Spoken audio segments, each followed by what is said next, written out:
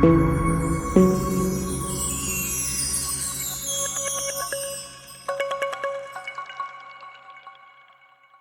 చూస్తే ఇన్నేళ్ళైనా కూడా పార్టీ చాలా జిల్లాల్లో మా పార్టీ ఆఫీస్ లేదు.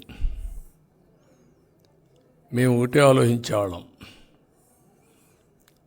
ప్రజలిచ్చిన రాజకీయాన్ని తిరిగి వాళ్ళకే ఉపయోగించాలి, అంతేగాని మన ఆఫీసులు కట్టుకోవడం దీని మీద శ్రద్ధ కాకుండా పబ్లిక్ని ఎంఫోర్స్ చేయడం కోసమే ముందుకు పోయాం. అందుకే ఎక్కడ తెలుగుదేశం పార్టీ ల్యాండ్స్ తీసేసుకోవడం, ప్యాలెస్లు కట్టడం ఇలాంటి కార్యక్రమాలు కూడా చేయలేదు. మా నేతలు ఎప్పుడు కూడా ప్రజలంటే భయం, కన్సర్న్, ఇంకొక పక్క ప్రజలంటే కమిట్మెంట్తో పనిచేశారు. ఇప్పుడు కూడా అదే దీక్షతో ముందుకు పోతున్నారు.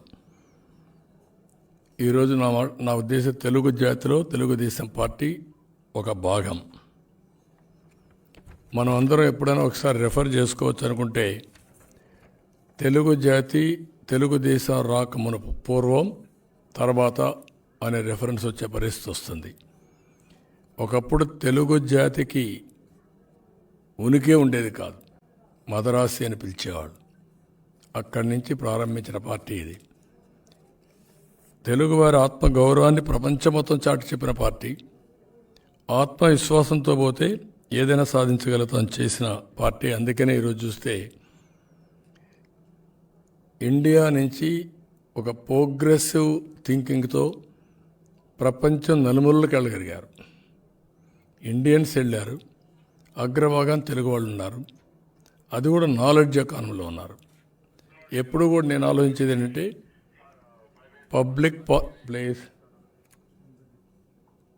పబ్లిక్ పాలసీల ద్వారా ప్రజా జీవితాల్లో పెను మార్పులు తీసుకొచ్చే అవకాశం ఉంటుంది. దానివల్ల both public governance and private governance, corporate గవర్నెన్స్లో డామినేట్ చేసే పరిస్థితి వస్తుంది. ఎగ్జాంపుల్ మీకు ఒక ఉదాహరణకు 25 years ముందు ఐటీకి ప్రాధాన్యత ఇచ్చాం. IT has become a reality. ఈరోజు ఐటీతో పోయిన వాళ్ళని ఇంకొక స్టెప్ ఎప్పటికప్పుడు మాట్లాడుతూ, మీరు మామూలుగా ఉద్యోగాలు చేయడం కాదు, లేదంటే జాబ్ వర్క్ చేయడం కాదు, ప్రోడక్ట్స్ కూడా ఇన్నోవేట్ చేయాలని చెప్పేవాళ్ళం. అది అయిన తర్వాత నువ్వు ఉద్యోగం చేయడం కాదు, నువ్వు ఉద్యోగం ఇచ్చే పరిస్థితి రావాలని చెప్పేవాళ్ళం. ఇప్పుడు నువ్వేదో ఐటీ చేయడం కాదు, ఆర్టిఫిషియల్ ఇంటెలిజెన్స్ వచ్చింది, క్లౌడ్ మేనేజ్మెంట్ వచ్చింది, డేటా సెంటర్స్ వచ్చాయి, డేటా సైన్స్ వచ్చింది. ఇవన్నీ ముందుకు పోవాలని ఎప్పటికప్పుడు 20 సంవత్సరాల తర్వాత జరిగేటి ముందే చెప్పి దానికి తెలుగు జాతిని సమాయత్తం చేశాం. దానివల్ల ఒక పెద్ద రెవల్యూషన్ తీసుకురాగలిగాం. అయితే ఏ రాజకీయ పార్టీ అయినా ఎన్నికలు వచ్చినా మామూలుప్పుడైనా రన్ చేయాలి పార్టీని. ఒక ఆర్గనైజేషన్ ఉంటుంది. మాకు 2 సంవత్సరాలకు ఒకసారి మెంబర్షిప్ డబ్బులు ఇస్తారు. ఆ డబ్బులు ఖర్చు పెడుతున్నాం. వెల్ విషర్స్ ఇచ్చే డబ్బులు కూడా అకౌంట్ ఫర్ చేసి, అన్ని రాజకీయ పార్టీల మాదిరిగా ఇల్లీగల్ మనీ ఎక్కడ తీసుకోవడం లేదు. వైఎస్ఆర్ కాంగ్రెస్ పార్టీని మనం చూశారు. 160 కోట్ల రూపాయలు బాండ్స్ తీసుకున్నారు. ఎవరి దగ్గర? ఆన్లైన్ గ్యాంబ్లర్స్ దగ్గర డబ్బులు తీసుకొని విలువల గురించి మాట్లాడుతున్నారు. అంటే నీ ఉద్దేశం ఏంటి? ఊరికే ఇస్తాడు వాడు 160 కోట్లు. 160 కోట్లు ఇచ్చాడంటే నీకు, నువ్వు ఆన్లైన్ గ్యాంబ్లింగ్ కోసం యాక్సెప్ట్ చేశావు, సమయం కోసం వెయిట్ చేస్తున్నావు. అలాంటి దుర్మార్గమైన ఆలోచనలు చేయడం, క్యాసినోలు పెట్టడం, ఇలాంటి నీచమైన పనులు చేయడం చాలా బాధాకరం. అందుకే మేము ఎప్పుడు కూడా ప్రజలపైనే ఆధారపడుతున్నాం. తెలుగుదేశం పార్టీ వల్ల డైరెక్ట్గా అంటే కూడా తెలుగుదేశం పార్టీ పాలసీల వల్ల చాలామంది బాగుపడ్డారు. అలాంటి వాళ్ళు మళ్ళా తెలుగుదేశం పార్టీ వల్ల అనేక వినూత్నమైన పాలసీస్కి నాంది పలకాలన్నా, ప్రజల్ని ఎంపవర్ చేయాలన్నా తెలుగుదేశం పార్టీ ఆవశ్యకత ఉంది. అందుకే మీరందరూ ముందుకొచ్చి మీకు తోచిన విధంగా హెల్ప్ చేయాలి. కొంతమంది రేపు ఎలక్షన్లో రమ్మని కోరుతున్నాం. డైరెక్ట్గా రండి. మీ అనుభవం, మీకు వచ్చిన లాభం. ఆ రోజు ఒక పాలసీ తీసుకొచ్చాం, వీళ్ళందరూ దాన్ని ఉపయోగించుకున్నారు. ఉపయోగించుకొని ఈరోజు బ్రహ్మాండంగా ప్రపంచం మొత్తం రాణించే పరిస్థితికి వచ్చారు. ఫస్ట్ అవకాశం ఎక్కడి నుంచి వచ్చింది? ఇప్పుడు కొన్ని జనరేషన్స్ వచ్చారు. దీనికి నాంది పలికింది కూడా Telugu Desam party. If you can go to past, it is very clear visible thing. That is where I'm appealing. వీళ్ళందరికీ నేను అప్పీల్ చేసేది ఏంటంటే, మీ అనుభవాలు చెప్పండి. అవసరమైతే ఒక 10 రోజులు, ఒక నెల ఇక్కడ ఉండండి. మళ్ళీ రాష్ట్రాన్ని రివైవ్ చేయడం కోసం, రీబిల్డ్ చేయడం కోసం, రీకన్స్ట్రక్షన్ చేయడం కోసం ప్రజల్లో చైతన్యం తీసుకొచ్చి, మీ మంచి పని వల్ల కొంతమందిలో మీ మీద సదభిప్రాయం ఉంది, పాజిటివ్గా ఉంది. మీ బంధువులు కావచ్చు, మీ స్నేహితులు కావచ్చు, మీ వల్ల లాభం పొందిన వాళ్ళు కావచ్చు, వాళ్ళ మార్పు తీసుకురండి. అదే సమయంలో రెండోది, మీకు తోచిన విధంగా ఫైనాన్షియల్గా కూడా కాంట్రిబ్యూట్ చేయండి. అది 100 రూపాయలు కావచ్చు, 1000 రూపాయలు కావచ్చు, ఎంతైనా కానీ మీరు చేయండి. అది మీరు చేసి మీకు వెరీ సింపుల్గా ఈరోజు టీడీపీ ఫర్ ఆంధ్ర.com అనేది మీరు ఒకసారి వెళ్తే క్యూఆర్ కోడ్ కూడా పెట్టాం. ఒకప్పుడు క్యూఆర్ కోడ్ తెలిసేది కాదు, నేనే పాపులరైజ్ చేశాను డిజిటల్ కరెన్సీ అప్పుడు ఫస్ట్ టైం. అక్కడి నుంచి స్టార్ట్ చేస్తే ఇప్పుడు క్యూఆర్ కోడ్ అనేది మామూలుగా ఎవ్రీవేర్, టీ స్టాల్ దగ్గర నుంచి, కిరాణా కొట్టు దగ్గర నుంచి, తోపుడు బండ్ల దగ్గర నుంచి ఒక మామూలు అయిపోయే పరిస్థితి వచ్చింది. అందుకని దీన్ని గూగుల్లో మీరు కానీ సెర్చ్కి వెళ్తే టీడీపీ ఫర్ ఆంధ్ర.com ఆటోమేటిక్గా వస్తుంది. అక్కడి నుంచి మీరు చేయాల్సిన పని, ఇందులో నుంచి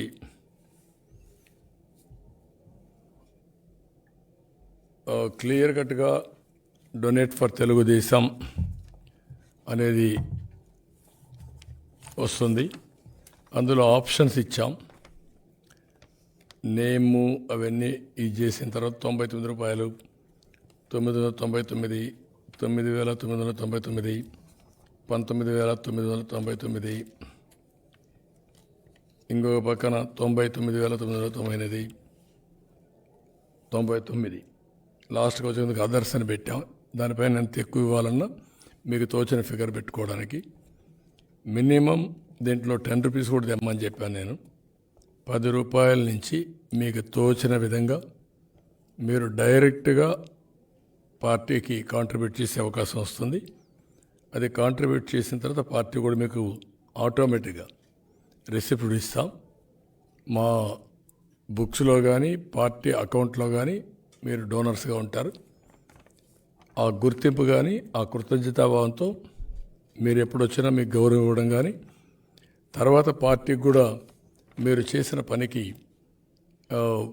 ఏ విధంగా ఉపయోగపడాలనో ప్రజలకు ఉపయోగపడడం కానీ ఈ రెండు చేస్తాం. ఇది సింపుల్గా కొట్టేసి ఇప్పుడు నేను ఒక 99,999 రూపాయలు ఛార్జ్ ఇస్తున్నాను. అది ఒక్క నిమిషంలో మీరు చూస్తే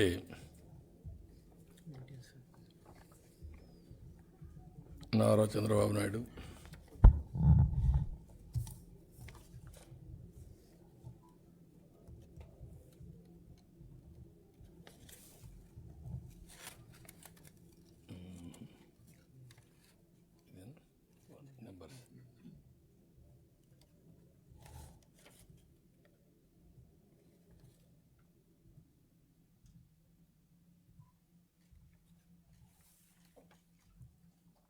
PAN ABPN 9761E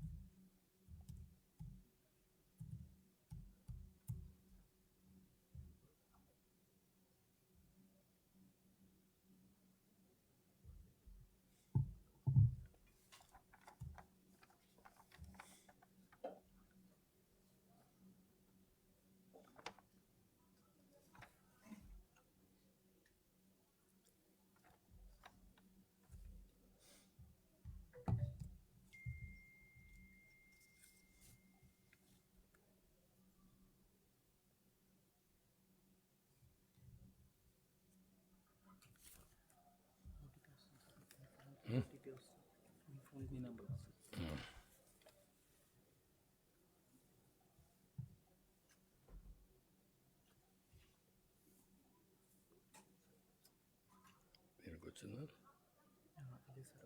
ఇదే కదా.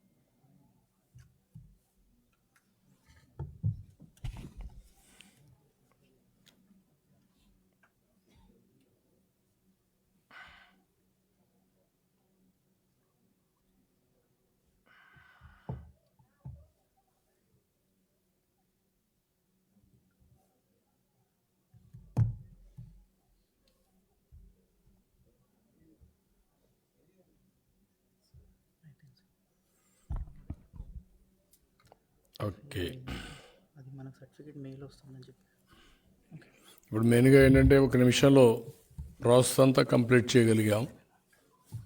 ఇప్పుడు నేను డొనేట్ చేసినటువంటి 99,999 రూపాయలు అకౌంట్కి ఆటోమేటిక్గా వెళ్ళింది. నాకు రిసిప్ట్ కూడా అక్నాలజ్మెంట్ వచ్చింది. ఇక్కడ నేను మిమ్మల్ని కోరేది ఏంటంటే అందరినీ, ప్రజలందరినీ మీరు డొనేట్ చేయండి. ఈ ఫండ్స్ విషయంలో కూడా ప్రమోట్ చేయండి. ఒక స్పాన్సర్ ఇంకొక స్పాన్సర్ని, ఒక వ్యక్తి ఇంకొక వ్యక్తిని మీరు చెప్పండి. చెప్పి ఎక్కడికక్కడ మీరు కూడా ప్రమోట్ చేయాల్సిన అవసరం ఉంది. ఇందులో ఎన్ఆర్ఐస్కి కూడా ఆల్ ప్రికాషన్స్ తీసుకున్నాం. వాళ్ళ అవసరమైతే ఏ విధంగా పే చేయాలి, నిబంధనలు ఏమున్నాయి, ఎన్ఆర్ఐ పేమెంట్లకు అంతా కొన్ని రిస్ట్రిక్షన్స్ ఉంటాయి, అవన్నీ ఏ విధంగా ఇది చేయాలో ఫస్టే వెరిఫై చేసాం. ఆల్ పర్మిషన్స్ ఉన్నాయి. వాళ్ళు వచ్చినప్పుడే వాళ్ళ డొనేషన్స్ కూడా వెరిఫై చేసిన తర్వాత if they are eligible then only will accept. అలాంటి కండిషన్స్ అన్నీ పెట్టి ఇందులో చేయడం జరిగింది. ఇది ఫైనల్గా నేను ప్రతి ఒక్కరిని ఒకటే కోరుతున్నా, ఈ రాష్ట్రం ప్రజలు గెలవాలి, రాష్ట్రం నిలబడాలి. ఈ పోరాటంలో మేమందరం కలిసామంటే దానికి కూడా ఒక మీనింగ్ ఉంది, ఒక పర్పస్ ఉంది. 3 రాజకీయ పార్టీలు సమైక్యంగా ముందుకొచ్చి ఎలాంటి స్వార్థం లేకుండా ఈ రాష్ట్రాన్ని కాపాడుకోవాలి అనే ధ్యేయంతో మేము ముగ్గురం కలిసి ముందుకెళ్తున్నాం. ఈ సందర్భంగా ఎవరైతే ఈ రాష్ట్రం మీద అభిమానం ఉండే ప్రతి ఒక్క వ్యక్తి ముందుకు రావాలి. మళ్ళీ ఈ రాష్ట్రాన్ని కాపాడుకోవడంలో మీ యొక్క కాంట్రిబ్యూషన్ ఉండాలి. ఆ కాంట్రిబ్యూషన్ అనేది మీరు రాలేకపోతే ఆర్థికంగా చేస్తారా, వచ్చి ఆర్థికంగా హెల్ప్ చేస్తారా, ఒక నెల ఇక్కడే ఉండి ఇంటింటివి పనిచేస్తారా, ఓటేస్తూ 10 రూపాయలు కూడా కాంట్రిబ్యూట్ చేస్తారా? ఈరోజు రాష్ట్రంలో నష్టపోని వర్గం అంటూ లేదు, నష్టపోని వ్యక్తి కూడా లేడు. ఇప్పుడు నేను చూస్తే చాలా భయంకరంగా ఎవరైనా పాపం 10 రూపాయలు ఎప్పుడన్నా ఎలక్షన్లో ఇచ్చేవాడు కూడా ఈసారి ఇవ్వలేని స్థాయికి వెళ్ళిపోయారు. అంటే దానికి కారణం ఏంటంటే ఇతను చేసే దౌర్జన్యం, అరాచకాలు. రెండోది, ఈ రాష్ట్రంలో ఒకే ఒక వ్యక్తి బాగుపడ్డాడు, 5 కోట్ల మంది నష్టపోయారు. 5 కోట్లలో ఇతను ఒక్కడే తప్ప ఎవ్వరికి లాభం రాలేదు. జెన్యున్గా న్యాయపరంగా జరిగే ఇష్యూస్ కూడా జరగలేదు. అది వ్యాపారం కావచ్చు, కాలేజీలు కావచ్చు, లేకపోతే చిన్న చిన్న షాపులు కావచ్చు, అగ్రికల్చర్ కావచ్చు, లేకపోతే అక్వాకల్చర్ కావచ్చు, హార్టికల్చర్ కావచ్చు, ఏదైనా కానీ కడాన్ అన్ఎంప్లాయీస్ కావచ్చు, అందరూ నష్టపోయారు. ఆ పరిస్థితిలో ఈ రాష్ట్రం ఉంది. ఏదేమైనా ఎవ్వరు కూడా నమ్మకాన్ని పోగొట్టుకోకుండా మళ్ళీ మనం రీకూప్ అవుతాం. ఇది బాధ్యత. రైట్ డైరెక్షన్లో దేశం అంతా ముందుకు పోతా ఉంటే పాజిటివ్గా అగ్రెసివ్గా దేశాన్ని ముందు తీసుకుపోయే సమయంలో మన రాష్ట్రం రివర్స్ గేర్లో రివర్స్ తీసుకుపోయే పరిస్థితికి వచ్చారు. నేను ఎన్నో ఎలక్షన్లు చూశాను, ఎన్నోసార్లు ఎలక్షన్లో ఉన్నాం. నా జీవితంలో ఎప్పుడూ చూడనటువంటి ఫ్రస్ట్రేషన్ ప్రజల్లో ఉంది. ఇప్పుడు ఆ పిల్లలను చూశారు. ఇలాంటి పిల్లల్లో ఎంత ఆవేదన ఉందంటే, నేను విలేజెస్ విజిట్ చేస్తే, టౌన్స్కి వెళితే ఉమెన్ చిల్డ్రన్ ఏకపక్షంగా, అంటే ఎవ్వరికి అర్థం కాని ఒక భయం ఉంది, ఆందోళన ఉంది. ఈ పిల్లల భవిష్యత్తు ఏమవుతుంది, వీడికి ఉద్యోగాలు వస్తాయా, చదువు విషయం ఏమవుతుంది. ఇప్పటికే ఏదైతే ఇతను తిక్క సమాచారంతో ఇష్టానుసారంగా చేశాడో ఎడ్యుకేషన్ స్టాండర్డ్స్ పడిపోయినాయి. Is talking about English medium. English medium తెలియని వాళ్ళు ఎవరు లేరు. ఇంగ్లీష్ నేర్చుకోగలుగుతాం కానీ నాలెడ్జ్ని నేర్చుకోలేం. ఫండమెంటల్గా ఆలోచించాల్సింది. అందుకే ప్రపంచం మొత్తం ఎడ్యుకేషన్ అంతా కూడా ప్రైమరీ ఎడ్యుకేషన్ అంతా మదర్ టంగ్లో చేసుకొని తర్వాత ప్రొఫెషనల్ ఎడ్యుకేషన్ కానీ స్పెషలైజేషన్ కానీ ఇంగ్లీష్ కూడా ప్రాక్టీస్ చేసి, బికాస్ ఇంటర్నేషనల్ లాంగ్వేజ్ కాబట్టి పోతారు. ఇది రివర్స్ అయింది. రెండోది, ఈరోజు మీరు చూస్తే ఏ ఊరిలో కూడా రంగులు కొట్టేదానికి ఇచ్చే ప్రాధాన్యత క్వాలిటీకి ఇవ్వాల. రంగులు కొడితే చూడడానికి ఆనందంగా ఉంటుంది, దాంతో క్వాలిటీ రాదు. ఇక్కడుండే ఈరోజు ప్రపంచంలో ఉండే తెలుగు వాళ్ళందరూ చదువుకున్నది గవర్నమెంట్ స్కూల్సే, లేకపోతే ఎయిడెడ్ స్కూల్స్. ఇప్పుడు అన్నీ పోయినాయి. ఎయిడెడ్ స్కూల్స్ పోయినాయి. గవర్నమెంట్ స్కూల్స్ 2వ తరగతి అవుతానే 3వ తరగతికి 3-4-5 కిలోమీటర్లు పరిస్థితి వచ్చింది. దాంతో గర్ల్స్ అయితే ఆటోమేటిక్గా డ్రాప్ అయిపోతున్నారు. జనరల్గా ఎప్పుడైనా సరే ఎడ్యుకేషన్ డోర్ స్టెప్ దగ్గర అవైలబిలిటీనే చదువుతారు. ఇట్లా ఒక వ్యవస్థ కాదు. ఇరిగేషన్, ఈసారి నీళ్లు లేవు తాగడానికి. లీవ్ అలోన్ సాగునీరు కాదు, తాగునీరు.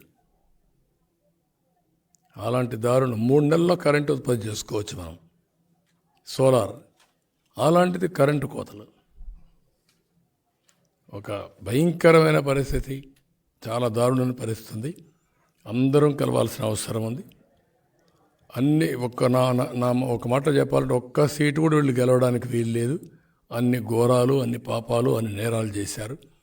కాబట్టి ప్రజలంతా ముందుకొచ్చి ఇది కూడా కాంట్రిబ్యూట్ చేయాల్సిందిగా, పార్టీ ఫండ్స్ కూడా మీరు తోచిన విధంగా చేయాల్సిందిగా మరొక్కసారి అందరికీ అపీల్ చేస్తాను. Anybody want to?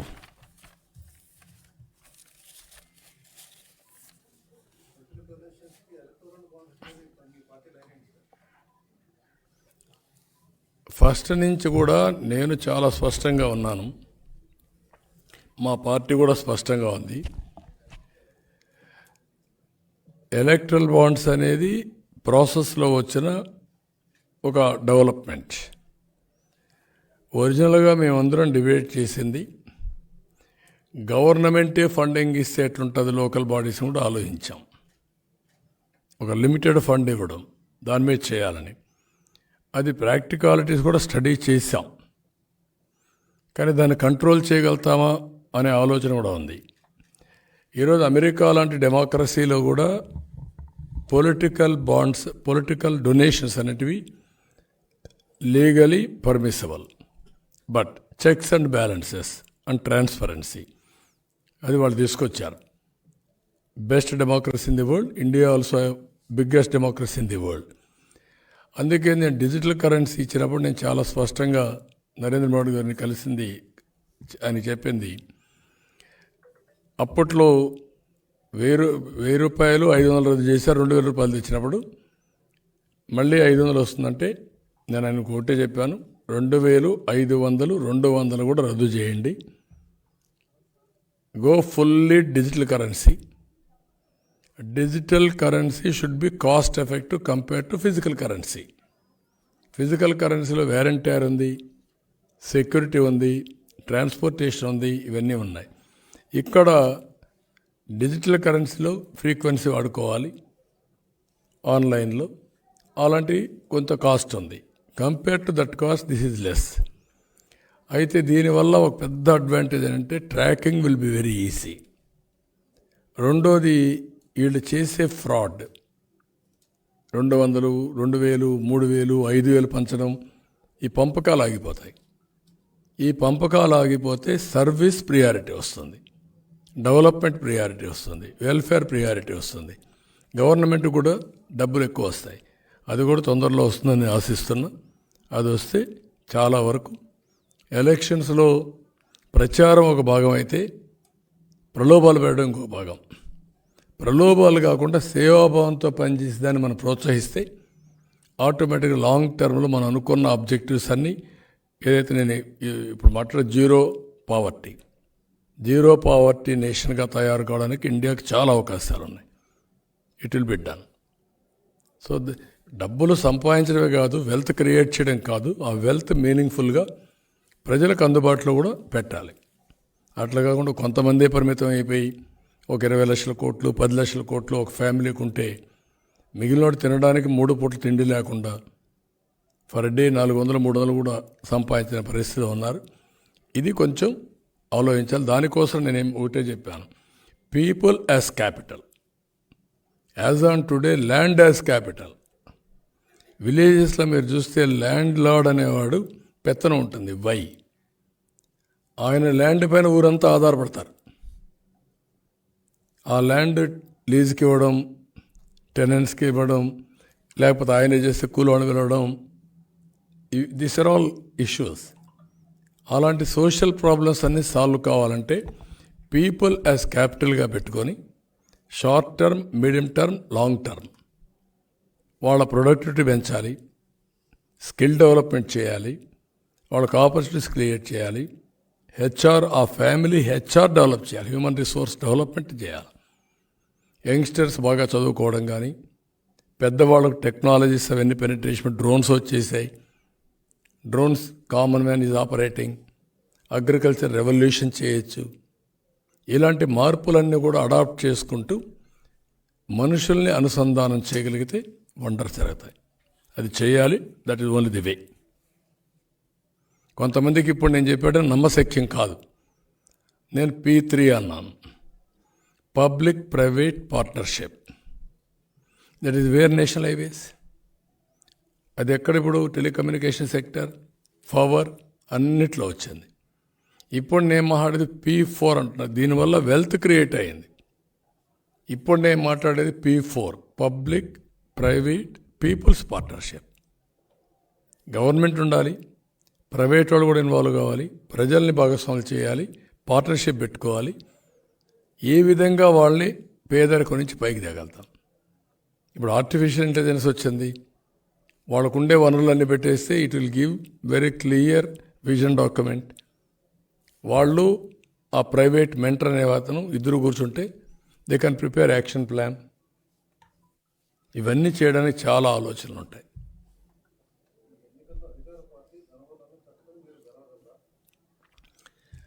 డబ్బులు, దౌర్జన్యం ఒక స్థాయి. ప్రజలు ఓటేయాలనుకున్న తర్వాత డబ్బుల బంధం నుంచి బయట వస్తారు, వీళ్ళ రౌడీజం నుంచి బయట వస్తారు. ప్రజలు ఒకటి అయిన తర్వాత వీళ్ళు పారిపోతారు. గుర్తుపెట్టుకోండి, వీళ్ళ బుకాయింపులు, వీళ్ళ బెదిరింపులు, భయభ్రాంతులు చేయడం ఒక స్టేజ్ వరకే. ఒక స్టేజ్ దాటిన తర్వాత, ఈరోజు మీరు ఎన్నికలు వచ్చిన తర్వాత మీరు చూస్తున్నారు, సెక్షన్ బై సెక్షన్ ముందుకు వస్తున్నారు. నేను ఇంకోటి కూడా అప్పీల్ చేస్తున్నా, చాలామంది ముందుకు వస్తున్నారు, ఇప్పటికే వచ్చారు. ప్రతి ఒక్కరూ రావాల్సిన అవసరం ఉంది. ప్రతి ఒక్క ఇంటి పైన కూడా ఈ కూటమి జెండాలు కట్టాల్సిన అవసరం ఉంది. మేము పిలిస్తే మీరు రావడం కాదు, వాలంటరీగా స్వచ్ఛందంగా మీరే వచ్చి మమ్మల్ని నడిపించాల్సిన బాధ్యత మీ మీద ఉంది. మీ భద్రత కోసరం, మీ భవిష్యత్తు కోసరం, మీ పిల్లల భవిష్యత్తు కోసరం, ఈ రాష్ట్ర భవిష్యత్తు కోసరం మేము చేసే పోరాటం. మాకు అండగా నిలబడడం మీ బాధ్యత, మాకు సహకరించడం మీ బాధ్యత. మేధావులకు కూడా చెప్తున్నా, సూడో మేధావులకు చెప్తున్నా. కొంతమంది పేటీఎం బ్యాచ్ ఉంటుంది, దాన్ని ఎవడేం మార్చలేడు. కానీ మనస్సు ఉండే ప్రతి ఒక్క మేధావి ఆలోచించుకొని ఏది వాస్తవం ఏది అవాస్తవం అనే నిర్ణయం మీరు చేసుకోవాలి. ఈరోజు నా దగ్గరికి మాల సంఘాలు వచ్చారు. వాళ్ళు క్లియర్గా 5 ఏళ్లలో మేము చాలా నష్టపోయాం, మీరు చాలా ప్రోగ్రామ్స్ ఇచ్చారు, మేము బేషరతుగా మీకు సపోర్ట్ చేస్తాం అని వాలంటరీగా స్వచ్ఛందంగా మాల సంఘాలన్నీ వచ్చాయి. అదే మరి మైనారిటీస్ వచ్చారు. నేను ఒకటే చెప్పాను అందరికీ, అభ్యుదయ భావాలు మీకున్నాయి, మీరు ఆలోచిస్తున్నారు, అయితే కింద నుండే వాళ్ళని మోసం చేస్తున్నారు. అందుకే ఈరోజు వాలంటీర్కి కూడా ఒక పిలిపించాను. మీరిచ్చే వాళ్ళు ఇచ్చే 5,000కు ఇది అయ్యి నేరాలు ఘోరాలు చేసి మీ భవిష్యత్తు నాశనం చేసుకోవద్దండి. ఎంట్రీ పాయింటే 10,000 రూపాయలు ఇస్తాం, భవిష్యత్తులో మీ స్కిల్ డెవలప్మెంట్ చేస్తాం, మిమ్మల్ని ఇక్కడి నుంచి వర్చువల్ ఆర్ ఫిజికల్ వర్కింగ్కి మీ కెరీర్ బిల్డింగ్ చేసే బాధ్యత మాది. వాళ్ళు కూడా చూస్ చేసుకోమన్నాను. కాబట్టి ప్రతి ఒక్కరికి నేను ఎవ్వరు కూడా ఉద్యోగస్తులు కానీ, రిటైర్డ్ ఎంప్లాయీస్ కానీ, సంఘాలు కానీ, కూటమి చాలా స్పష్టంగా సాధ్యమయ్యే పనులన్నీ చేస్తాం. అన్యాయం జరిగినందరికీ న్యాయం చేస్తాం. మీ భవిష్యత్తులో కూడా ఎవ్వరికి రాగద్వేషాలకు అతీతంగా మేము పనిచేస్తాం. కాబట్టి మీరు కూడా ముందుకు రమ్మని అందరికీ అపీల్ చేస్తున్నాం. అవును, అంటే ప్రతి ఒక్కరికి బాధ్యత తీసుకునేట్టుగా మేము కూడా దేనికోసం చేస్తున్నాము చెప్పడం కోసం ఇద్దరం కలిసి వెస్ట్ గోదావరిలో ఒక తణుకు నుంచి నెడదోలు వరకు, ఈస్ట్ గోదావరిలో గన్నవరం నుంచి గన్నవరం నుంచి అమలాపురం వరకు ఈ 2 మీటింగ్లు పెట్టాం. మళ్ళా అవసరమైతే ఇంకా కొన్ని కంబైన్డ్ మీటింగ్స్ అడ్రస్ చేస్తాం. అదే మరి ఈ మీటింగ్లకి మళ్ళీ బీజేపీ కూడా నేషనల్ లెవెల్ లీడర్స్ వస్తే వాళ్ళతో కూడా సమన్వయం చేసుకుంటాం, ఇక్కడుండే లీడర్స్ కూడా సమన్వయం చేసుకుంటాం.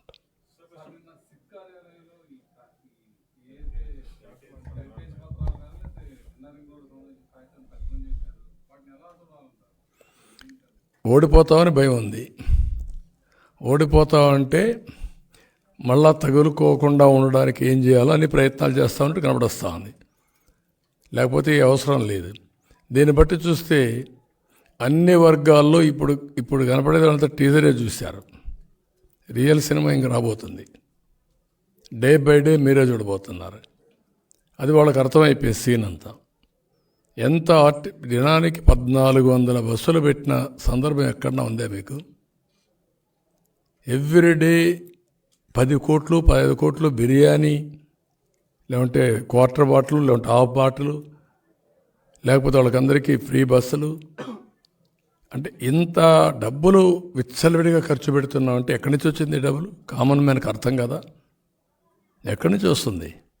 నేను వ్యవసాయం చేసావా, వ్యాపారం చేసావా,